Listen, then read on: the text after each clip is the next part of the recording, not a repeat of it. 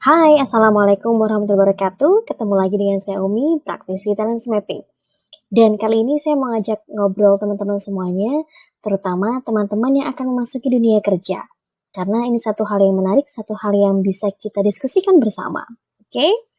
Nah, saya mau tanya dulu nih, apa sih yang bikin gak pede ketika teman-teman mencari kerja atau memilih karir? Nah, silahkan tuliskan di kolom komentar atau boleh juga dibatin ya, atau dibayangkan kira-kira apa sih penyebabnya kita nggak pede. Nah, teman-teman, ini beberapa hal yang sering sambil teman-teman menulis ya. Ini ada beberapa hal yang sering ditemuin ketika kenapa sih orang jadi nggak pede ketika mencari kerja atau memilih karir. Nah, ini dia.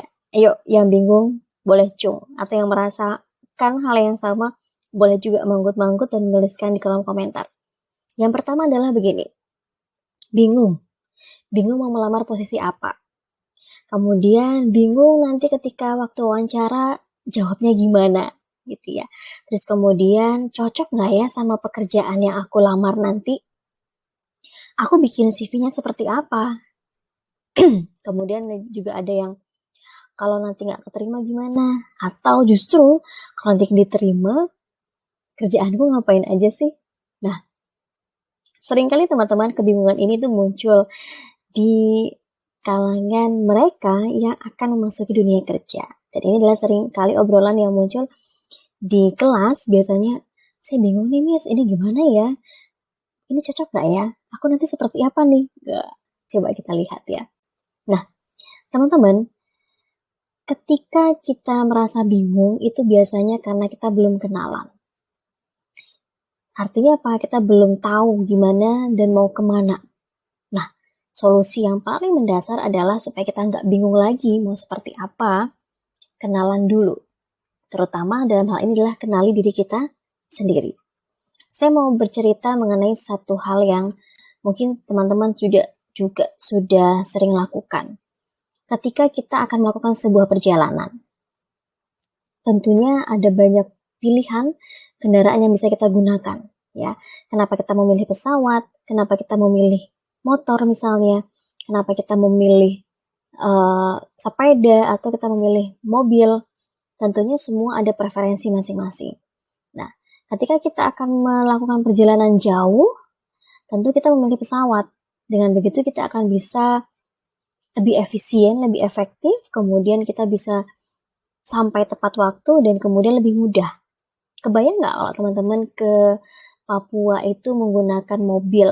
Walaupun bisa, tapi kan pasti akan sangat berbeda ketika kita menggunakan pesawat. Ketika kita memilih pesawat, kita tahu keunggulannya apa. Ketika kita memilih mobil, kita tahu keunggulannya apa. Nah, artinya apa? Ketika kita paham keunggulan apa dari semua kendaraan yang kita pilih, maka kita akan lebih mudah mencapai tujuan kita. Lebih mudah menentukan jalan apa yang akan kita tempuh. Lebih mudah menentukan kira-kira nanti kita harus menyiapkan apa saja. Karena kita sudah mengenal. Mengenal apa? Kendaraan yang akan kita gunakan. Mengenal fitur uniknya apa. Oh, kalau saya pilih kendaraan A, ini pakai solar.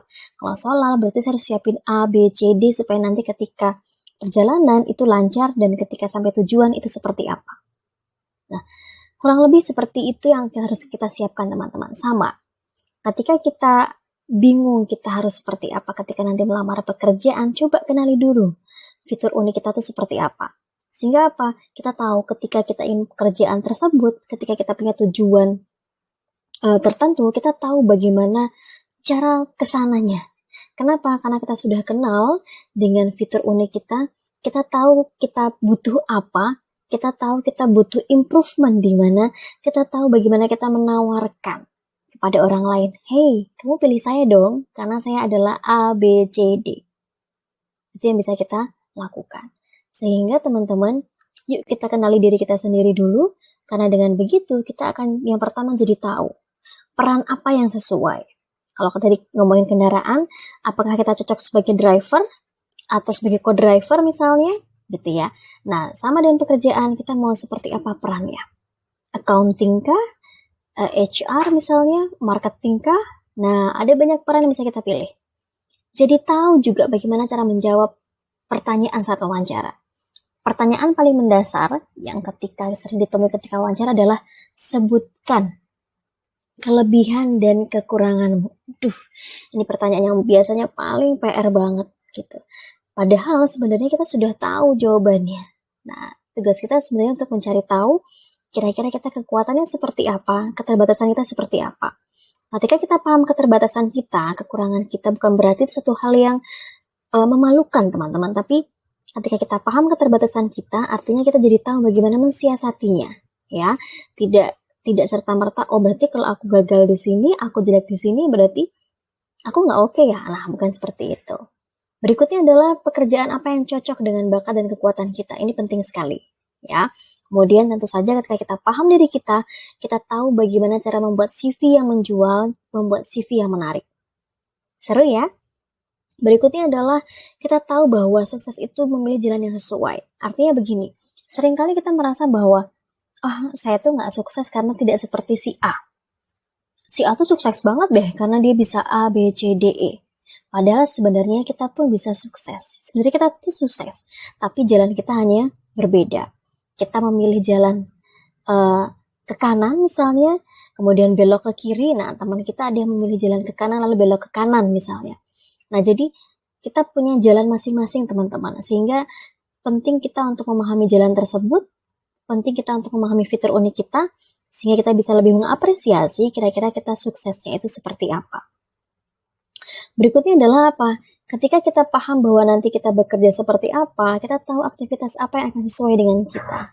Ya, karena biasanya tadi teman-teman kalau kita ngomongin aktivitas, ada satu hal yang menarik, ada satu hal yang berpola di situ. Nah, itu adalah kekuatan yang kita miliki. Oke, so sudah siap ya? Nah, berikutnya. Seringkali kalau kita ngomongin fitur unik, kalau kita ngomongin kekuatan kita, ini yang sering terjadi teman-teman. Kita lebih mudah mengenali apa yang kita tidak bisa, apa yang kita tidak mampu. Dan ini seringkali membuat kita tidak percaya diri, yang akhirnya secara tidak langsung mempengaruhi bagaimana keputusan kita dalam bertindak. Ya, misalnya akhirnya merasa tidak berani mengambil langkah karena kita merasa aku tuh nggak bisa deh kalau kayak gini. Padahal kita harus tahu dulu fitur unik kita apa. Ya. Ketika kita memilih sosial media, aplikasi atau kendaraan atau memilih sesuatu, kita pasti mencari tahu fitur uniknya apa. Sehingga apa? Dengan fitur unik tersebut kita bisa merasakan manfaatnya. Dan itulah sebuah produktivitas. Jadi jelas ya, fitur unik dengan begitu lebih bisa optimal memanfaatkan manfaatnya tadi sehingga jadi lebih produktif. Nah, pertanyaan berikutnya muncul. Terus gimana caranya kita menemukan fitur unik kita gitu, supaya kita bisa menjawab semua kebingungan kita tadi di awal. Nah, teman-teman ada banyak cara. Tapi yang utama adalah kita bisa lakukan dengan berdoa dan kita mengamati aktivitas kita sehari-hari. Berdoa, kenapa berdoa? Karena jelas kita adalah makhluk ciptaan Allah. Jadi kita harus cari tahu kepada Sang Pencipta sebenarnya kita ini seperti apa dan bagaimana. Maka berdoalah sebagai salah satu cara kita untuk bisa mengamati atau untuk bisa mengenal diri kita sendiri. Berikutnya adalah kita mengamati aktivitas kita sehari-hari. Nah, itulah kenapa teman-teman kalau dalam wawancara biasanya selain menanyakan kekuatan dan kelebihan, maka biasanya nih para HRD itu menanyakan aktivitas teman-teman sehari-hari apa aja sih?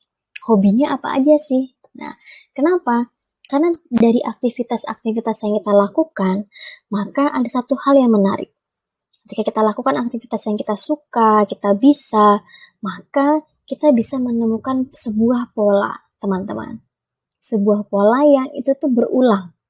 Misalnya kita lebih menyukai aktivitas, misalnya naik gunung gitu ya. Kita senang naik gunung karena di situ kita bisa berkumpul dengan teman-teman, gitu, bisa ngobrol, bisa menjalin persahabatan. Maka ketika kita melakukan aktivitas yang lainnya, hobi-hobi kita yang lainnya, maka biasanya adalah polanya sama. Kita senang aktivitas tersebut, kita suka aktivitas tersebut, kita menikmati aktivitas tersebut karena dia adalah polanya karena kita bisa berkumpul, menjalin persahabatan, itu yang dirasakan. Dan akhirnya terwujud dalam sebuah perilaku. Dan itulah yang disebut dengan bakat. ya. Jadi bakat adalah sebuah pola yang muncul dalam perilaku kita. Pola berpikir, pola merasa, pola berperilaku yang akhirnya mendorong kita melakukan sebuah aktivitas. Sehingga teman-teman bisa mulai mengamati aktivitas sehari-hari nih. Kira-kira saya suka apa ya? Apa yang bikin saya senang ya? Apa yang saya nikmati ya? Nah, ini adalah satu hal yang menarik. Ya, tadi saya sampaikan, bakat adalah pola pikiran, perasaan, dan perilaku yang alami dan berulang-ulang dan dapat dimanfaatkan untuk produktivitas. Nah, teman-teman seperti ini contohnya misalnya. Ada teman kita yang setiap aktivitas apapun itu selalu memperhatikan kerapian misalnya. Katakanlah ketika naik gunung, dia benar-benar memperhatikan jadwalnya. Kita harus nyampe sana jam berapa, kemudian harus selesai jam berapa, kemudian bagaimana aktivitasnya, kemudian dia perhatikan juga barang bawaan kita tuh harus bagaimana susunannya gitu. Jadi benar-benar rapi, benar-benar tersusun, benar-benar yang detail gitu. Nah, kebayang dong nanti ketika dalam aktivitas kantor, aktivitas sehari-hari, maka dia akan melakukan hal yang sama, rapi, runtut, detail. Nah, kemudian ketika nanti dia bekerja, dia akan melakukan hal yang sama juga, rapi, runtut, detail, rutin. Sehingga apa? Sudah pasti teman-teman kita yang memiliki pola seperti itu akan nyaman dengan aktivitas atau pekerjaan yang berhubungan dengan misalnya administrasi, keuangan, kemudian misalnya berhubungan dengan dokumen. Kenapa? Karena tadi ada kegiatan yang berhubungan dengan rapi, rutinitas, kemudian terjadwal. Nah, ini satu hal yang bisa kita perhatikan dari aktivitas tadi. Nah, kemudian apa? Katakanlah tadi ada teman kita yang setiap aktivitas itu senang sekali bersahabat misalnya. Sudah pasti dia adalah orang-orang yang senang beraktivitas secara interpersonal, artinya mungkin senang bergaul. Maka pasti dia adalah memilih peran yang berhubungan dengan pergaulan, katakanlah sebagai customer service misalnya, marketing misalnya, sales gitu ya. Itu beberapa aktivitas yang sesuai dengan bakat. Maka temukan tadi polanya. Ya. Nah, kemudian bagaimana caranya? Teman-teman bisa cek ciri-cirinya. Yang pertama yang pasti nagih. Kemudian dia adalah aktivitas yang mudah, ya, bakat itu mudah munculnya, mengalir, ada rasa kepuasan dan dia unggul sejak awal. Artinya tidak butuh effort yang besar. Ketika itu merupakan bakat kuat, ya udah muncul aja secara alami, muncul aja keinginan untuk rapi-rapi, muncul aja dorongan untuk bisa menyusun jadwal misalnya. Itu adalah satu ciri bakat. Nah, jadi silakan diperhatikan ya. Nah, dari bakat tadi teman-teman akhirnya mendorong kita untuk memiliki sebuah kekuatan. Ya, kenapa? Karena tadi bakat akhirnya mendorong kita melakukan aktivitas-aktivitas produktif. Nah, aktivitas produktif ini yang disebut dengan kekuatan. Sudah mulai kebayang ya, kalau ternyata kita paham bakat kita paham aktivitasnya seperti apa, maka ketika ada pertanyaan, sebutkan kekuatan dan keterbatasanmu, maka kita dengan mudah bisa menjawabnya. Oh, saya adalah tipikal yang seperti ini nih. Oh, saya adalah orang yang seperti ini. Kenapa? Karena ketika melakukan aktivitas ini, saya senang yang aktivitas yang seperti ini, dan ini. Wah, itu enak banget tuh. Udah mulai kebayang seperti apa. Ya, sehingga dengan begitu, aktivitas kita akan jadi terus produktif. Nah, kenapa? Karena kita sadar bakat kita sadar potensi kita sadar kita harus melakukan aktivitas seperti apa dalam keseharian dan pekerjaan kita. Jadi lebih produktif. Nah, teman-teman, sehingga kalau sudah begini, maka fokuslah pada kekuatan, siasati keterbatasan. Itu yang bisa kita lakukan, ya. Sehingga tadi suksesnya seperti apa? Setiap orang berbeda-beda jalannya. Kenapa? Karena tadi bakatnya berbeda, aktivitasnya berbeda, kemudian produktivitasnya berbeda. Sehingga kalau seseorang dibilang sukses, sudah pasti mereka adalah individu yang bisa beraktivitas sesuai dengan bakat yang dimiliki. Bisa dipahami ya? Oke. Nah, Abah Rama Royani ini adalah salah satu tokoh yang tokoh dalam bidang manajemen, dan beliau adalah penemu dari talent mapping assessment. Jadi teman-teman, Kalau tadi kita mengamati bakat dan perilaku kita melalui aktivitas kita sehari-hari, nah Abah Rama ini menciptakan salah satu tools yang bisa kita pakai untuk bisa mengecek bakat, kemudian kekuatan kita seperti apa dengan alat tes yang diciptakan. Jadi teman-teman juga boleh nanti mencoba nih untuk mengkonfirmasi apakah betul aktivitas ini didorong oleh bakat yang seperti ini. Oke. Nah, kita coba yang pertama dulu nih untuk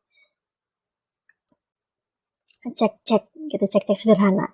Ini disebut dengan SWOT assessment. Jadi kita bisa cek mandiri, paling tidak kita paham apakah kita adalah tipikal yang senang sekali dengan interpersonal atau kita lebih senang pekerjaan individual. Nah, teman-teman di sini ada beberapa tabel yang terbagi-bagi menjadi beberapa baris. Nah, kita coba yang pertama dulu nih, ada interpersonal dan juga ada individual. Nah, dari 100% teman-teman bisa silahkan berikan persentase masing-masing berapa di sini untuk interpersonal dan juga individual. Boleh 70-30, boleh 60-40, boleh 50-50, bebas. Tergantung preferensi teman-teman sendiri. Sudah? Oke, katakanlah di sini 50 dari 50 ya. Kemudian dari 50 ini tadi silahkan teman-teman bagi 3 sesuai dengan kondisi teman-teman. Artinya, apakah teman-teman lebih suka yang mengendalikan orang lain atau bekerja sama dengan orang lain atau melayani orang lain? Ya, sudah jelas? Jadi totalnya 3 ini harusnya 50 ya, gitu. Kemudian berikutnya adalah di sini. Tadi kan sudah 50-50. Ini kalau case-nya 50-50 ya. Kalau 60-40 nanti akan beda lagi. Tinggal 60 dibagi 3 berapa? Atau 40 dibagi 3 berapa? Tergantung persentase awal di sini. Nah, di sini 50 nih. Bagi 2 kemudian. Suka yang berpikir kreatif atau berpikir yang teknis manual, tidak banyak berpikir. Ini banyak berpikir, logis dan kreatif. Lebih suka yang mana? Kemudian silakan dibagi, boleh persentasenya bebas ya. Katakanlah kita bagi jadi 30 dan 20. Kemudian setelah itu dari 30 ini silakan dibagi 2. Otak kiri, otak kanan lebih suka yang mana? Lebih kuat yang mana? Sama dengan yang sini tadi katakanlah 20%, maka dibagi nih luar ruangan berapa, dalam ruangan berapa. Oke, sehingga totalnya kalau semua dijumlah adalah 100. Dari mengendalikan, kerjasama, melayani, otak kiri, otak kanan, di luar ruangan, di dalam ruangan adalah jumlahnya 100. Gitu ya teman-teman. Nah, dari sini sudah kelihatan teman-teman, bisa dilihat persentase paling besar. Kurang lebih seperti itulah yang menggambarkan kondisi kita. Bisa jadi teman-teman ada individu yang, oh saya ternyata di sini kelihatan ya, saya tuh ternyata tipe yang senang berinteraksi dengan orang lain untuk bekerja sama. Misalnya, oh ternyata saya ternyata tipe yang individual ya, pantesan aja saya nggak suka ketemu orang misalnya. Kalau disuruh aktivitas yang menyapa, aktivitas misalnya customer service, itu saya menantang banget gitu, saya nggak nyaman. Oh ternyata saya lebih suka. Saya suka marketing sih, tapi mungkin bagian admin aja ya. Nah, jadi paham teman-teman, paling tidak. Oh, berarti saya nyaman dengan peran seperti ini. Kalau nanti saya melamar pekerjaan, saya harus yang seperti ini. Kemudian apa? Dari hasil ini juga, kita bisa tadi memetakan, oh kekuatan saya ini, keterbatasan saya di sini. Nah, bisa tuh menjawab pertanyaan dari HRD. Sebutkan kekuatan dan keterbatasanmu. Nah, sudah ketahuan ya jawabannya. Contekannya ada di sini. Nah, ini adalah istilahnya screening. Kalau pengen tahu detail lagi, teman-teman, seperti tadi yang saya sampaikan, teman-teman bisa mencoba yang namanya talent mapping assessment. Ya, ini adalah sebuah asesmen kepribadian yang disusun untuk menggambarkan pola berpikir, pola merasa, dan pola berperilaku yang produktif tadi. Sehingga teman-teman, kalau nanti teman-teman melakukan tes talent mapping assessment ini, teman-teman akan melihat hasilnya. Dia akan seperti cermin, bisa menggambarkan kondisi kita. Kemudian apa? Sebagai selain deskriptif, juga bisa juga prediktif. Artinya, deskriptif bisa menggambarkan kondisi kita seperti apa saat ini, karena dia cermin, ya. Kemudian, prediktifnya adalah kita bisa memperkirakan kira-kira peran kita yang cocok apa, aktivitas yang cocok apa, berdasarkan urutan bakat yang kita miliki. Sekali lagi, bakat adalah sebuah pola berpikir, merasa, serta berperilaku. Ketika bakat itu muncul dalam aktivitas yang produktif, maka disebut dengan kekuatan. Oke? Nah, teman-teman, ini adalah beberapa, saya akan coba tampilkan hasil dari talent mapping assessment kalau teman-teman nanti melakukan tes tersebut. Seperti apa sih hasilnya? Nah, yang pertama ini adalah urutan bakat. Di sini kita bisa melihat nomor 1 sampai 34, 1 sampai 7 adalah bakat terkuat, kemudian 8 sampai 14 bakat pendukung, dan juga 28 sampai 34 adalah sebuah keterbatasan. Ya, tuh, sudah mulai kebayang ya seperti apa nanti? Oh, ternyata saya bakat-bakatnya di communication misalnya. Oh, pantesan aja saya senang berbicara, senang menyampaikan informasi. Oh, seperti ini ternyata. Jadi ketahuan teman-teman urutan bakatnya seperti apa. Ya. Nah, dari sini kemudian berikutnya kita juga bisa melihat adalah peta bakat. Peta bakat ini tadi urutan bakat tadi ditempatkan atau dibagi dalam 4 domain. Ada thinking, striving, influencing, relating. Nah, makin kelihatan nih. Oh, pantesan aja saya senang mikir ternyata. Oh, ternyata saya nggak suka mikir misalnya. Oh, ternyata saya tipe pekerja. Oh, ternyata saya tipe yang influencer gitu misalnya. Jadi ketahuan di peta bakat ini profilnya seperti apa. Ya. Nah, makin mudah kan untuk menjawab pertanyaan para HRD nanti? Makin mudah juga untuk menentukan kira-kira pekerjaan saya yang cocok apa ya nanti. Nah, berikutnya adalah kita bisa melihat strength cluster map. Potensi kekuatan dulu ya, potensi kekuatan. Di sini adalah beberapa aktivitas atau beberapa kekuatan yang bisa kita lakukan berdasarkan urutan bakat yang kita miliki, berdasarkan kombinasinya. Nah, udah mulai enak lagi nih, kebayang nih. Oh, ternyata ada communicating, ada ideating. Oh, jadi aktivitas yang cocok saya, yang cocok seperti ini ya, konseptor misalnya, atau marketing misalnya. Karena ternyata ini ada potensi-potensi yang saya punya berdasarkan urutan bakat yang kita miliki. Nah, berikutnya baru disebut dengan strength cluster map. Di sini kelihatan teman-teman, apakah aktivitas kita sekarang ini sudah sesuai antara bakat dan pengakuan kita. Menarik ya, kalau ternyata sudah sesuai, maka waktunya untuk mengoptimalkan, tapi ketika ternyata belum sesuai, maka waktunya untuk mencoba, mensiasati, kenapa ya belum sesuai.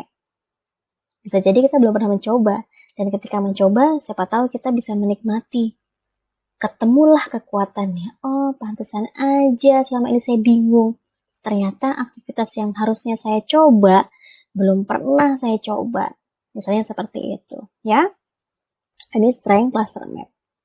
Berikutnya ada namanya tipologi dan personal branding. Nah, ini teman-teman. Jadi bisa memudahkan kita untuk, oh ternyata saya adalah tipe yang seperti ini ya. Tipe educator ya. Oh ternyata saya ini adalah tipe kreator ya. Ini personal branding. Lagi-lagi ini akan memudahkan kita untuk membuat CV. Memudahkan kita memilih peran. Memudahkan kita menentukan jalan sukses apa yang mau kita ambil. Memudahkan kita untuk menjawab pertanyaan HRD, kira-kira kekuatan keterbatasan kita apa? Ya, ini yang bisa kita lakukan. Oke, gimana teman-teman? Menarik ya? Nah, kemudian selain kita ngomongin bakat, teman-teman, kalau kita ngomongin tentang persiapan masuk dunia kerja, ini yang nggak boleh dilupakan. Ada task, talent, attitude, skill, dan knowledge. Sudah tahu modal dasar kita bakat, maka itu pun tidak cukup teman-teman kalau kita tidak lengkapi dengan knowledge yang kita butuhkan, kita latih dengan skill, dan kita kuatkan dengan attitude yang kita miliki. Sehingga teman-teman, ketika sudah paham talentnya apa, maka temukan minatnya teman-teman apa, maka kemudian dari situ dilatih. Berlatihlah, kemudian pahami konsepnya, perkaya ilmu pengetahuannya, sehingga nanti ketika teman-teman akan memasuki dunia kerja, itu sudah satu paket sempurna atau optimal dengan bakat, dengan skill, dengan knowledge, dan disempurnakan dengan attitude yang baik. Ya. Kemudian teman-teman ingatlah bahwa I'm not perfect, but I'm special and limited edition. Jadi semoga pengetahuan yang singkat ini bisa membantu teman-teman untuk makin sadar bahwa ternyata ada hal dasar yang harus kita ketahui dulu sebelum akhirnya kita memutuskan kita mau bekerja seperti apa dan bagaimana. Ya, so Silahkan mencari tahu dan makin mengenal diri. Kalau perlu ngobrol-ngobrol tentang bagaimana sih proses penemuan bakat dan kekuatan, silakan langsung hubungin saya dan kita akan ngobrol bersama-sama. Terima kasih banyak. Assalamualaikum warahmatullahi wabarakatuh.